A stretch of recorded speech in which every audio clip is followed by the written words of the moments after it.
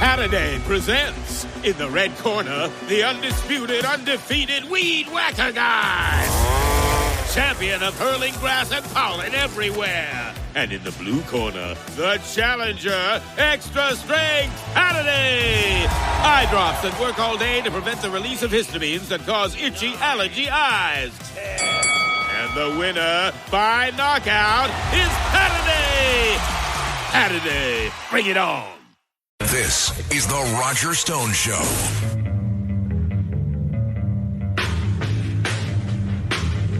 Welcome.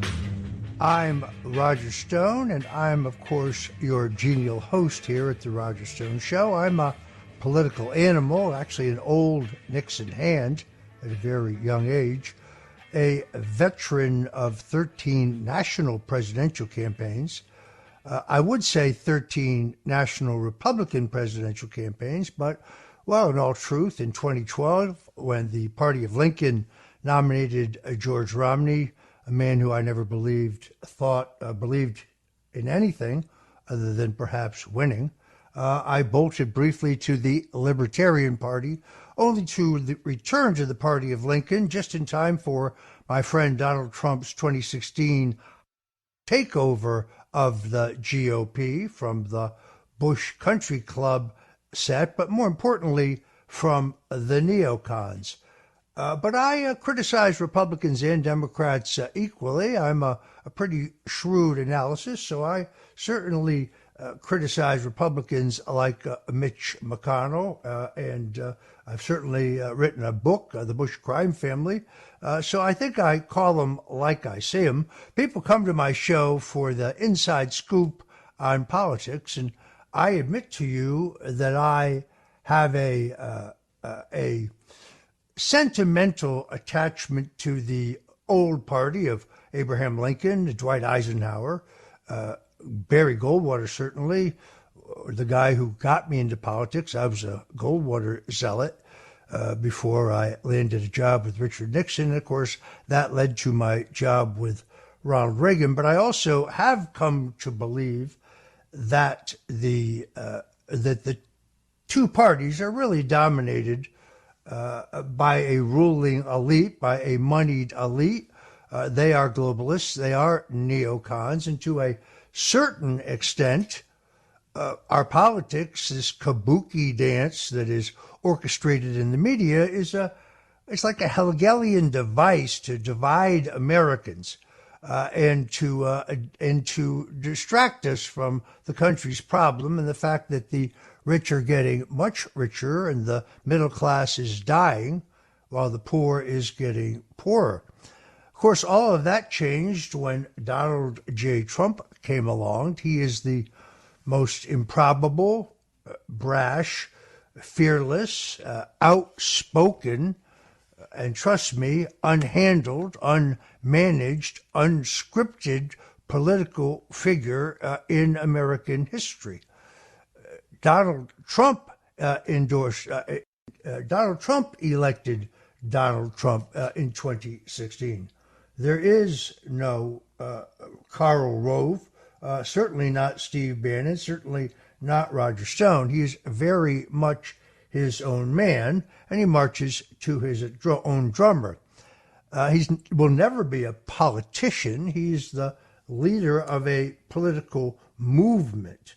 And he is, I think, more resolute, more determined, more stubborn than ever after his recent brush with death in Butler, Pennsylvania.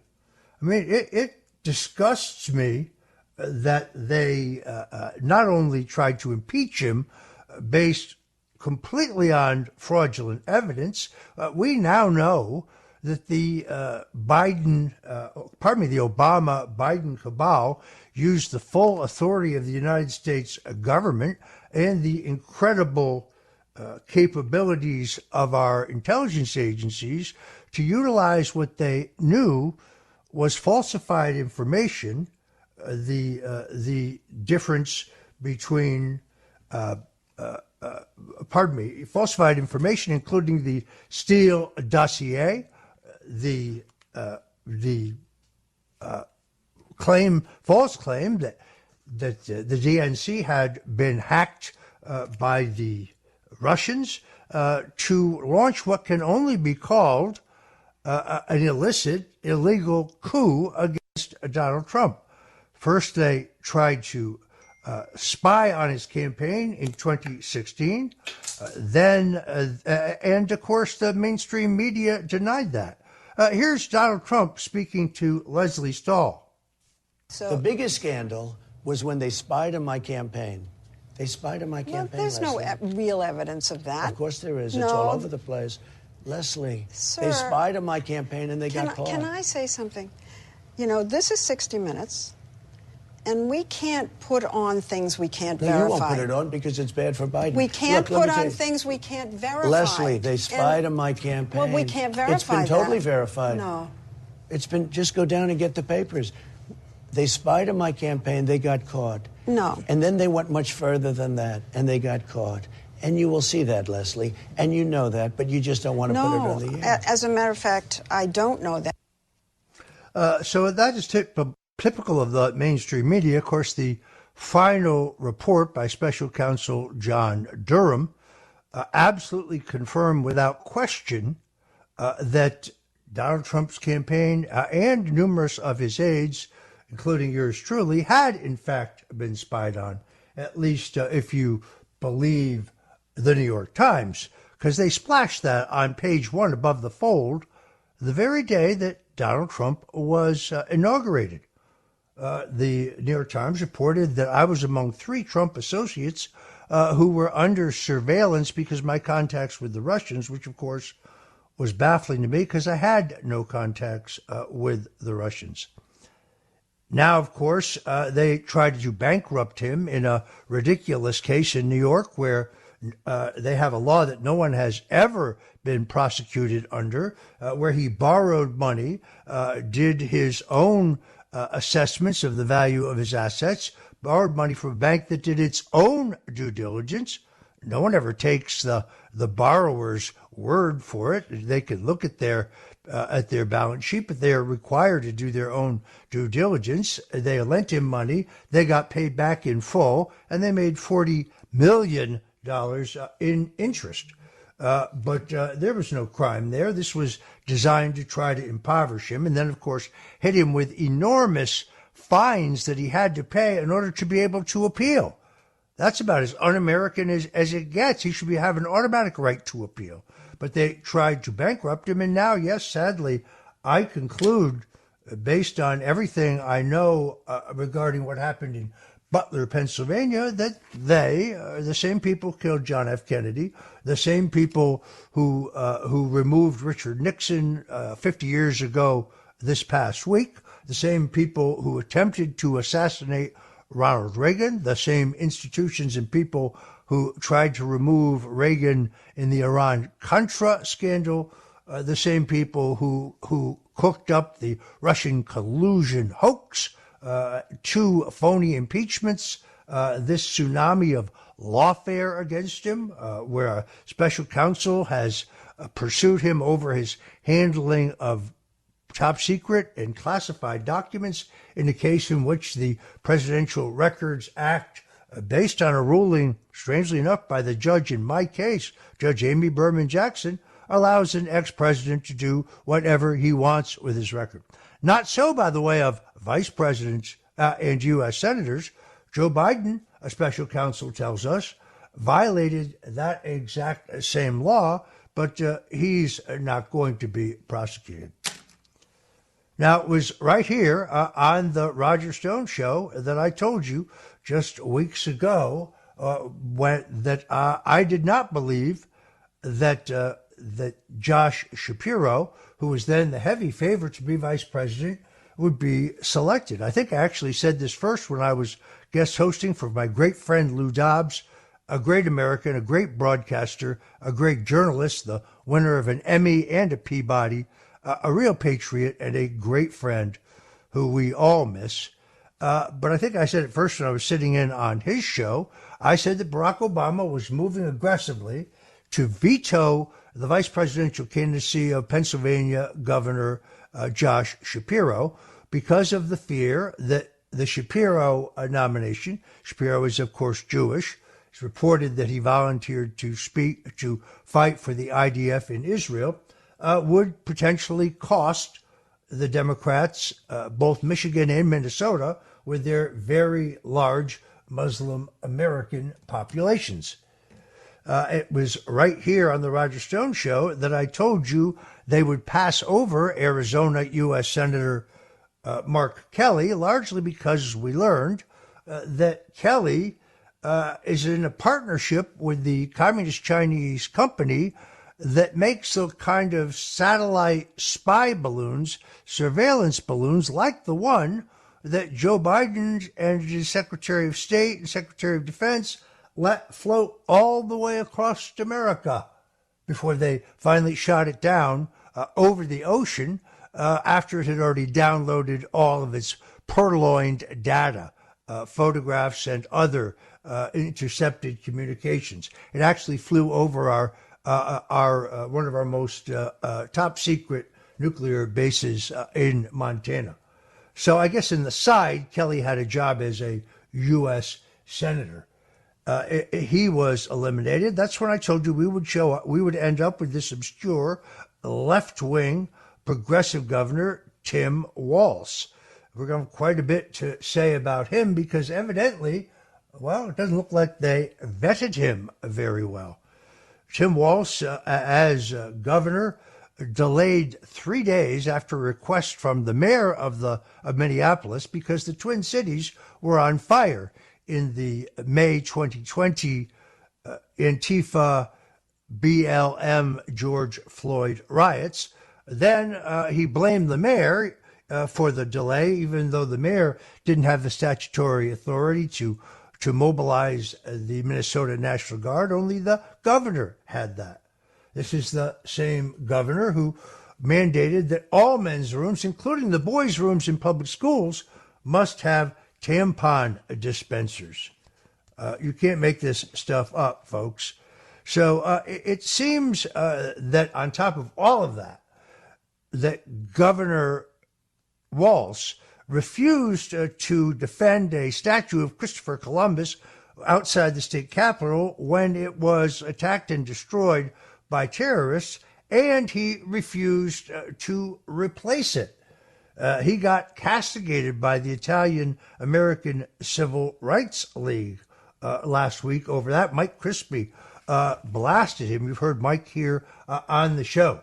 So we'll be talking politics here and the impact of the Walz selection, plus what Kamala Mania is all about. I'm Roger Stone. This is the Roger Stone Show on the Red Apple Audio Network, and we'll be right back.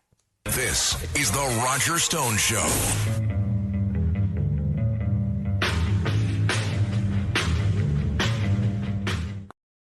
Morning decisions. A creamy mocha frappuccino drink? A sweet vanilla? Maybe a smooth caramel or that white chocolate mocha. Whichever you choose, delicious coffee awaits. Start your day with bottled Starbucks Frappuccino drinks. Pick up a bottle near you wherever you buy your groceries. Oh my God, it's the coolest thing ever. Hey guys, have you heard of Goldbelly? Well, check this out. It's this amazing site where they ship the most iconic, famous foods from restaurants across the country, anywhere nationwide. I've never found a more perfect gift than food. They ship Chicago deep dish pizza, New York bagels, Maine lobster rolls, and even Ina Garten's famous cakes. Seriously. So if you're looking for a gift for the food lover in your life, head to goldbelly.com and get 20% off your first order with promo code GIFT. Home means something different to everyone. But with Rocket Mortgage, home can mean even more. It can mean a college education, taming your high-interest debt, even a renovation. We've made it easier than ever to use your home equity. That home you worked so hard for, now it can work hard for you. Call 800-4ROCKET or visit rocket.com to find out more. Rocket Mortgage, LLC. Licensed in all 50 states. NMLSConsumerAccess.org. Number 3030. At Sephora, we've got what you want because you're obsessed with your skin, and we're obsessed with what it needs. Sephora has the best products to help you get beautiful, glowing, radiant skin. With an extensive, inclusive range of results-driven formulas and in-store beauty advisors to help you find exactly which are right for you, the best skincare is only at Sephora. Sephora, for all your skincare.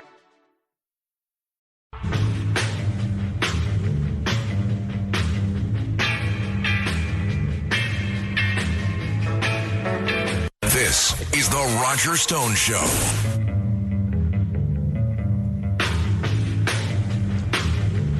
Welcome back.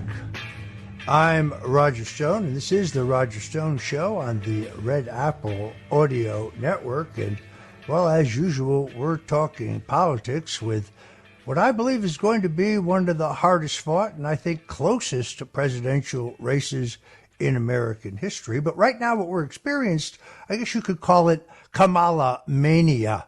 It is using the media of all kinds, both the internet media and, of course, cable, television, and radio, to create the PSYOP, to create an impression that Kamala Harris is beloved, that her campaign is surging, that she is gaining rapidly, passing Donald Trump in the polls. This is like the Russian collusion hoax. If the media gets together and decides to sell an idea, they're trying to make it a self-fulfilling prophecy.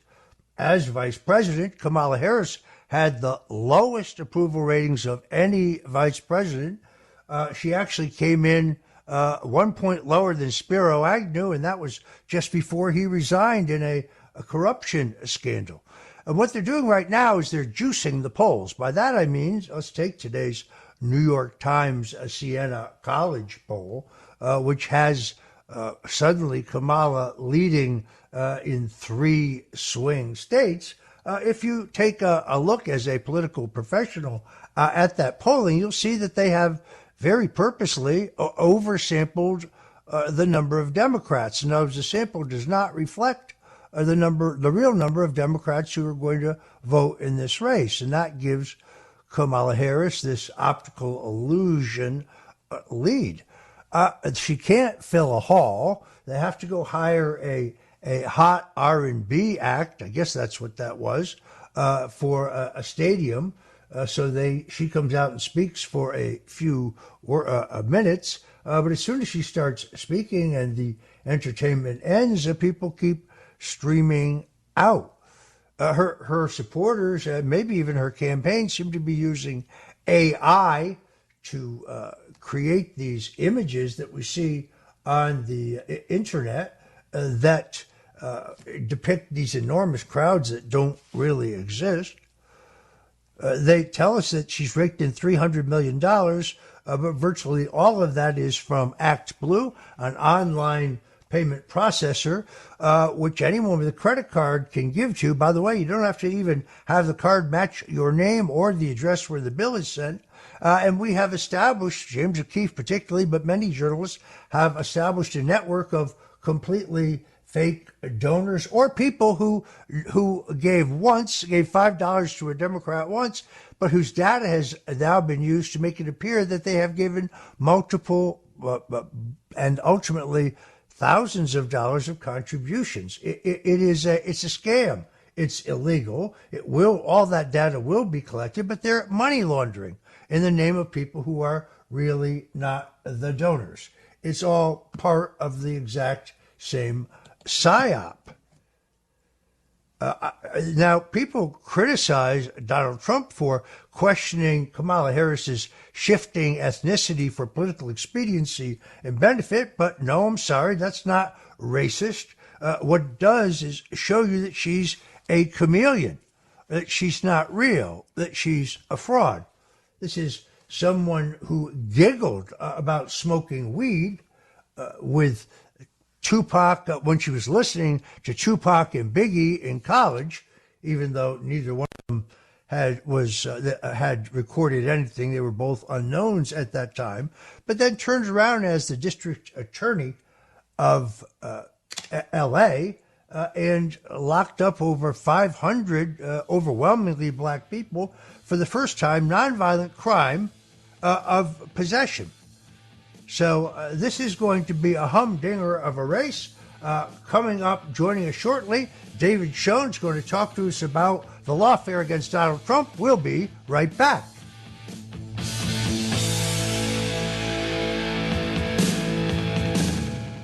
This episode is brought to you by Factor. Optimize your nutrition this year with Factor, America's #1 ready-to-eat meal service. Factor's fresh, never-frozen meals are dietitian-approved, ready to eat in just 2 minutes. Choose from 40 weekly options across 8 dietary preferences, like Calorie Smart, Protein Plus, and Keto. Eat smarter at factormeals.com/listen50 and use code listen50 for 50% off, plus free shipping on your first box. Factormeals.com/listen50. Code listen50. Terms and conditions apply.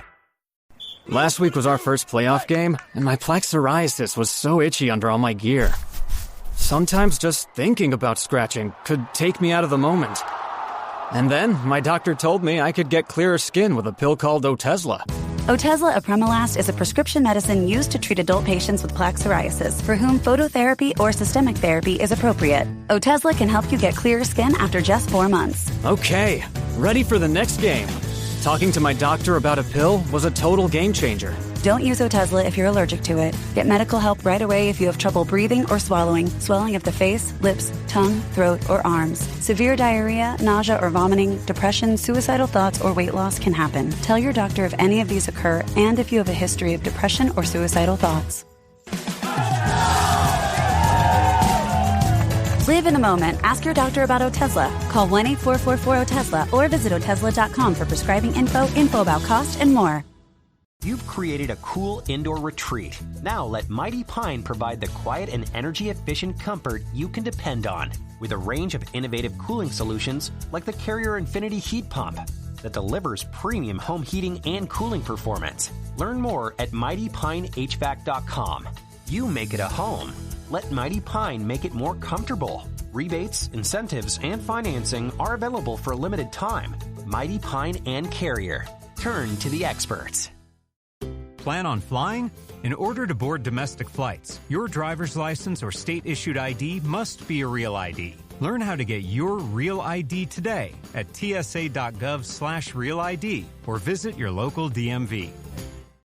This is the Roger Stone Show.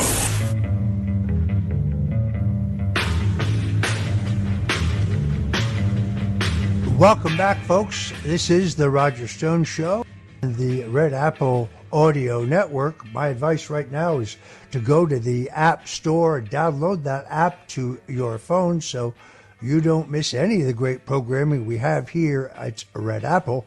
As we were talking before the break, here's the fundamental problem for Kamala Harris, and that is she seems completely and totally unable to speak off the cuff. She's even terrible with the teleprompter. Suddenly now she pledges to hire hundreds of new Border Patrol agents and to crack down and close down our border. Pardon me, maybe I'm mistaken. Hasn't she been in office for 3+ years? In fact, wasn't she designated by President Joe Biden as the border czar? Maybe it was ABC and NBC who used the word czar, but he very, very clearly gave her responsibility for the border. And now suddenly she thinks we need to seal it. How dumb does she really think we are? But ripping off Donald Trump's proposal to end the tax on tips for service workers, tips are, in fact, a gratuity. Therefore, they're a gift. They should not be subject to tax law. Now, suddenly, Kamala Harris, losing supporters in the swing state of Nevada, in the bartenders and hotel workers union, makes it sound like it's her idea. She can't hide, folks. She's going to have to do a press conference. She's going to have to do a one-on-one interview with an unbiased reporter. She's going to have to debate. I think she's going to have to debate more than once. Anyway, let's move from the politics to the legal. My guest today is David Schoen. He is a renowned criminal defense lawyer as well as a litigator. He's focused primarily on extremely complex civil and criminal matters. He also is a fine appellate lawyer. He is specialized in the area of civil rights and voting rights. But he is, to my mind, and I've said this before, I think he is the single most brilliant lawyer I have met or seen in the 45-year career I've had in public affairs. And that's because he's that rare lawyer who understands that it's not just what happens in the courtroom and in your filings that determine your case, that all of the external factors, press coverage, media coverage, all of these things have to be taken into consideration. David Schoen is a strategist. He's not just a brilliant lawyer, but he's a strategist. He very ably represented President Donald Trump in one of his impeachments, of course, was David Schoen, who very famously produced the devastating video of numerous Democrats, including Chuck Schumer and Maxine Waters and many others, calling for violence. He is a graduate of the Columbia University Law School. He got his Juris Doctor at Boston College Law School. He is also, interestingly, gone to, I guess, Georgetown undergrad, I guess that is. But most importantly and interestingly, also a graduate of the Actors Studio and Herbert Berghoff Studio, which may show why he is a truly great trial attorney. David Schoen, thank you for joining the Roger Stone Show. Thank you very much for having me. But when it comes to brilliant strategists, nobody's in your class. Well, I appreciate that, but you stand above all others in my view. I wanted to get your take on a number of important things, but first and foremost, I wanted to get your take on President Joe Biden's proposal for Supreme Court reform. This would very extensively change the Constitution, so we would now have term limits for justices, a binding code of conduct, and a constitutional amendment to limit presidential immunity. Now, the last one is kind of obvious because the Democrats just got burned. Joe may wish that that never happens if he should survive the balance of his term, which we hope he does. But Biden argues these changes are necessary to restore public confidence in the court, which he says has been undermined by recent decisions. Well, I've never actually heard of a U.S. president attacking the Supreme Court. It never happened before in our history. I don't think Nixon was happy with the court's ruling regarding the rejection of his executive privilege argument and the fact that he had to release all his tapes, but he respected and did not attack the decision by the courts. It shows you how politicized this has become. But the Biden plan calls for a system where the president would appoint a justice every 2 years for an 18-year term, which he claims would make the court more representative and less influenced by any single president. To me, this appears to be a very clear violation of the separations of power that is required by the U.S. Constitution. David, what say you? I think he's dead wrong on each of these so-called reforms. They're nothing in the nature of reform at all. They're political deformation of the court. You're right. If anything has affected public confidence in the court, it's the public comments by people like Chuck Schumer, Joe Biden, Kamala Harris, and so on, attacking the court just polemically without really focusing on substance. The decision regarding abortion has been so miscast. President Trump actually spoke about it properly in the debate when he said it left it up to the states. But anyway, back to these proposals. I mean, on the life tenure issue, clearly a political move. The Constitution provides for life tenure in Article 3, Section 1. The Founding Fathers clearly were in favor of it. Hamilton wrote about it in Federalist 79. They said, there's some criticism about not being able to remove them because they may not even be competent. And he said, that's not really something to be concerned about. It's not going to happen, and it hasn't happened. You had previous presidents who made selections to the Supreme Court. It turned out to be very different, have a very, very different judicial philosophy than was anticipated. But they didn't attack the court because of that. So life tenure, striking at that should be a non-starter. The number of justices is another issue President Biden raises. This is an issue that's been a matter of political football for many, many years. The last time it was effective was 1869, but the court started out with 6 and 7. It went 10 at one point, back 8, and it's working. For the past 150 years or so, 9 has been working. We don't do it especially in times of political polarization. In the past, it has happened as political football, and it's been a big mistake. The immunity decision came out exactly as you predicted, everybody who follows the court predicted, and as it should have come out. It's basically the criminal version of Nixon versus Fitzgerald. That is, that a president has immunity from civil and now criminal prosecution with respect to his or her official acts. Otherwise, it would be paralyzing the president. You can imagine the certain circumstances in which President Obama could have been prosecuted criminally if you had someone so inclined in the Attorney General's office. President Biden now possibly. Again, we don't play politics with it. We have to have the presidency stands alone in the Constitution, given that role. And the president must be able to act with respect to official acts. Listen, in my view, President Trump's lawyers, Mr. Sauer, blew it when he argued an extreme position like, what if a president orders SEAL Team 6 to kill his political opponent? He said, well, he could have immunity for that. You have to be impeached first. That's just dead wrong. And this court decision makes that clear. They specifically rejected the extreme position because it has to be an official act. The other thing, by the way, that President Biden and Kamala Harris are talking about is a different kind of code of ethics for the Supreme Court, and that Congress or someone else ought to have some enforcement power. In November of 2023, the court adopted code of ethics that applies to Supreme Court justices. It should be fine. If you want to have a better confirmation process, that may be where the effort should be. But we don't touch these things that I believe ought to be kept sacrosanct with respect to the Supreme Court, and certainly not for political gain.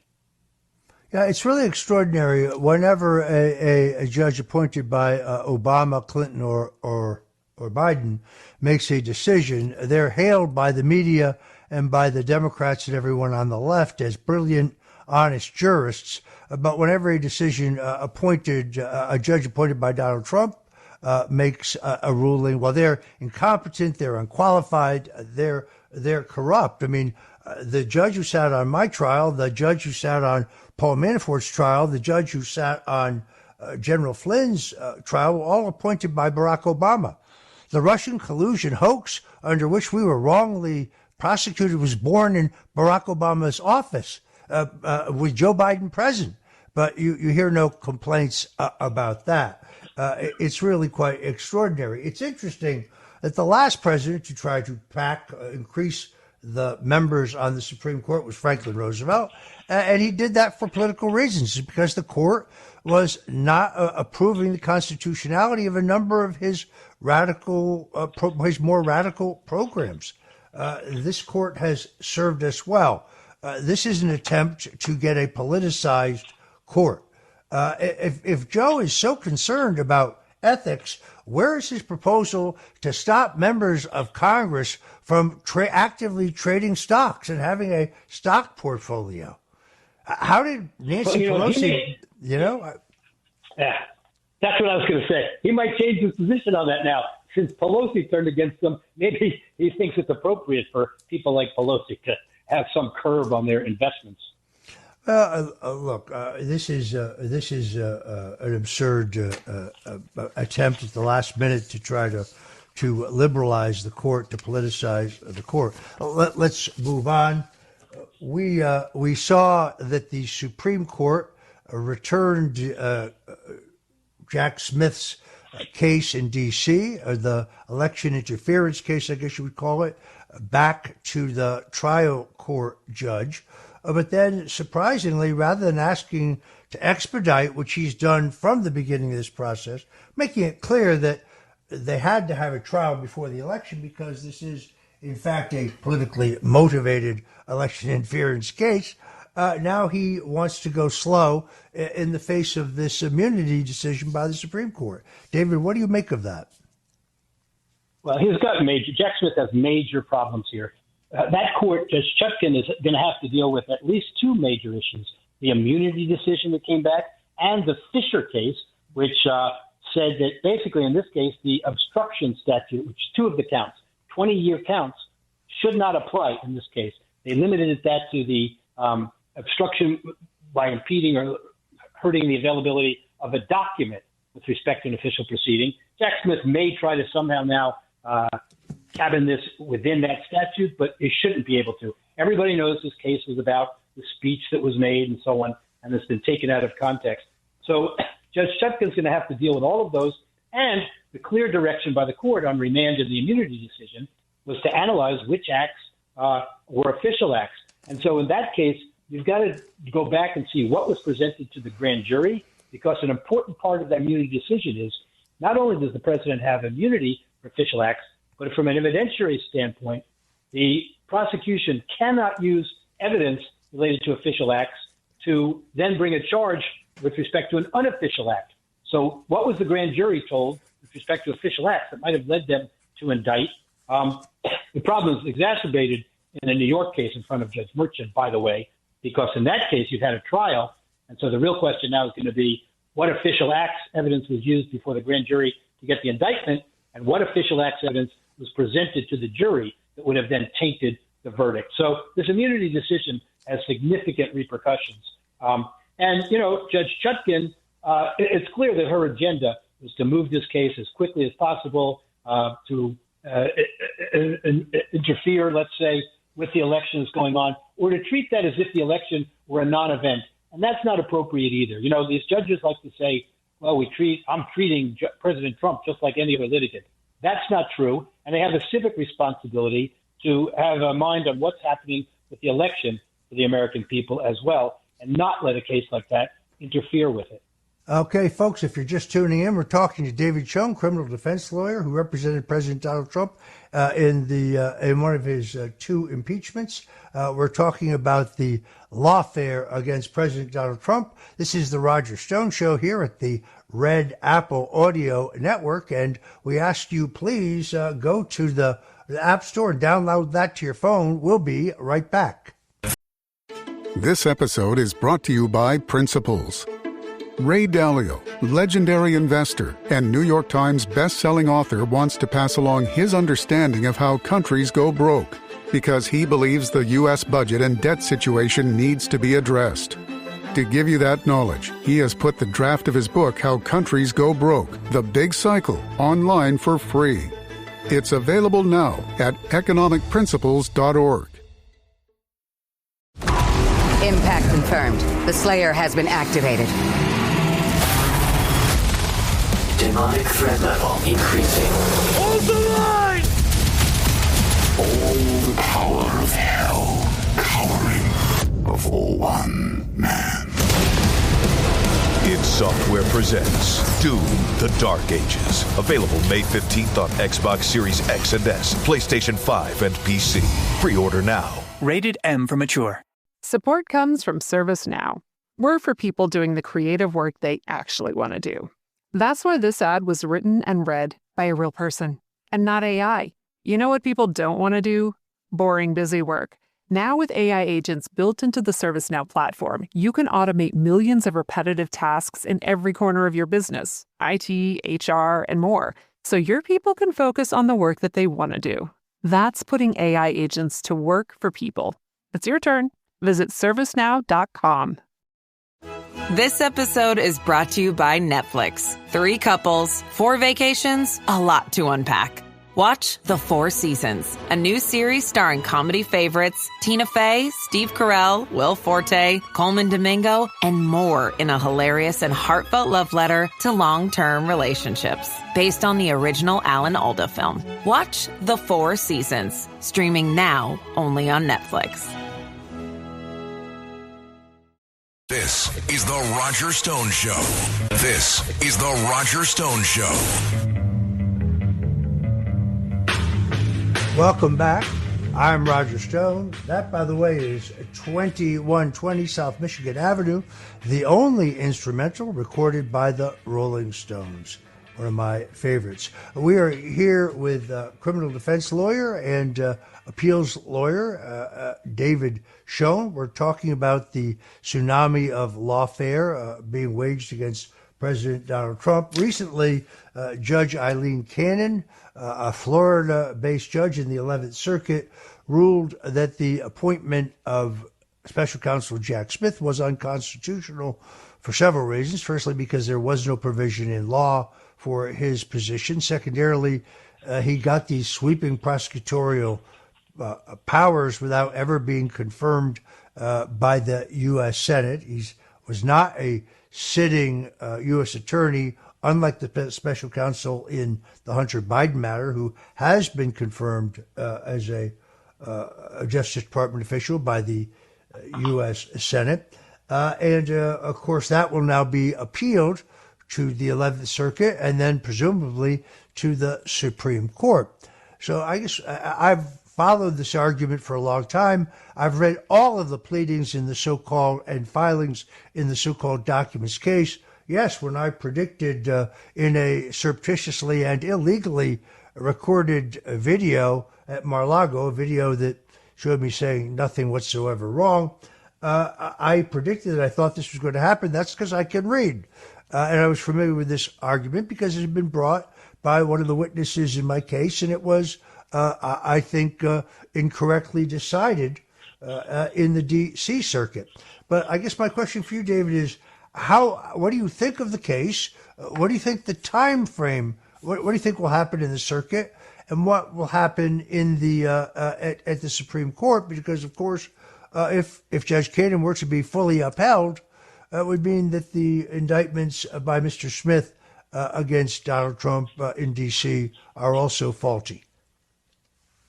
Right. Well, I think it's a brilliant decision. For anyone to say, as some have said, that this is a frivolous decision, no basis in law, it's absolutely outrageous, misleading, and that person must not have read the decision. One can reasonably disagree with it, but it's not a frivolous decision by any means. And I happen to think Judge Cannon has it right. You know, you mentioned earlier how the media was remaking political figures and arguments. They've done the same with these judges. They constantly attack Judge Cannon because she's the only one who's really called it straight like a judge calls it. She's got a terrific background.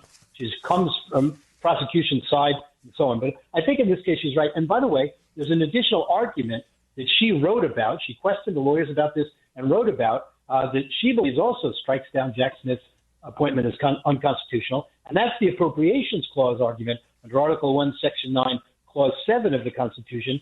That is, the Treasury can only be used to fund appointments that are made by law.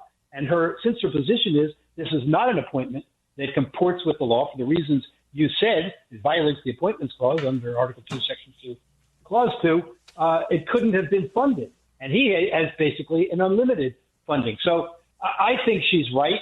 I thought the lawyers should have brought it in the D.C. case. I said that from the start. We saw in the argument in the D.C. case, the immunity argument, the judges on the Court of Appeals specifically asked President Trump's lawyers to address this argument because it was raised in an amicus brief by former Attorney General, and they were interested in it. And the lawyer got up and said, well, we haven't raised that issue. In the Supreme Court, Justice Thomas already has expressed his interest in the issue.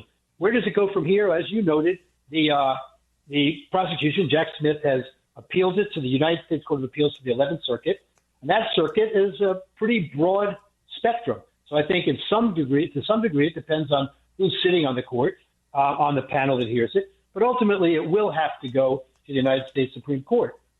There's a sense of a split among the circuits, which is the number one basis getting the Supreme Court. As you alluded to, there is a decision from the D.C. Circuit that upheld the appointment of Mr. Mueller with a similar argument, but it's not a very well-reasoned or complex decision. So these two are directly at odds with each other at a minimum. We'll see what the 11th Circuit says.